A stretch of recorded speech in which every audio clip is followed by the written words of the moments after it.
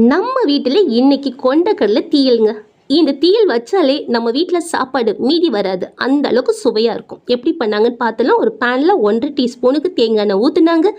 ஒரு 15 சின்ன உள்ளி தோல் நீக்கி அதையும் போட்டுக்கிட்டாங்க. ஒரு 2 கத்திரிக்காய் எடுத்து அதையும் வெட்டி அதையும் போட்டு வதக்கிக்கிட்டாங்க. இப்போ நல்லா வதங்கி வர டைமில் ஒரு 1/2 டம்ளர் தண்ணியை ஊற்றி அதை வேக விட்டு மூடி போட்டாங்க. ஒரு மூடி தேங்காவை துருவி எடுத்துக்கிட்டாங்க. அதையும் பேனில் போட்டு வறுத்துக்கிட்டே இருந்தாங்க. பாதி வெந்த உடனே ஒரு 7 வத்தலை போட்டாங்க. அதோடு கூட 1.5 டீஸ்பூனுக்கு மல்லியையும் போட்டு அதையும் நல்லாவே வறுத்துக்கிட்டாங்க. நல்லா வறுத்த உடனே அப்படியே ஆற விட்டுட்டாங்க. புளிக்கரசலையும் ஊற்றிக்கிட்டாங்க. கொஞ்சம் உப்பையும் போட்டுக்கிட்டாங்க. இதோடு கூட ஒரு கப்புக்கு ஏற்கனவே ராத்திரி ஊற வச்சிருந்த சுண்டலையும் வேக வச்சு எடுத்திருந்தாங்க. அதை இப்போ கொட்டி அதோடு கூட அரைச்சி வச்சிருந்த மசாலாவையும் போட்டு கலக்கி வச்சாங்க.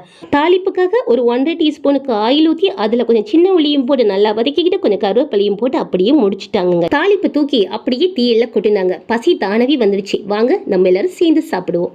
பாய்.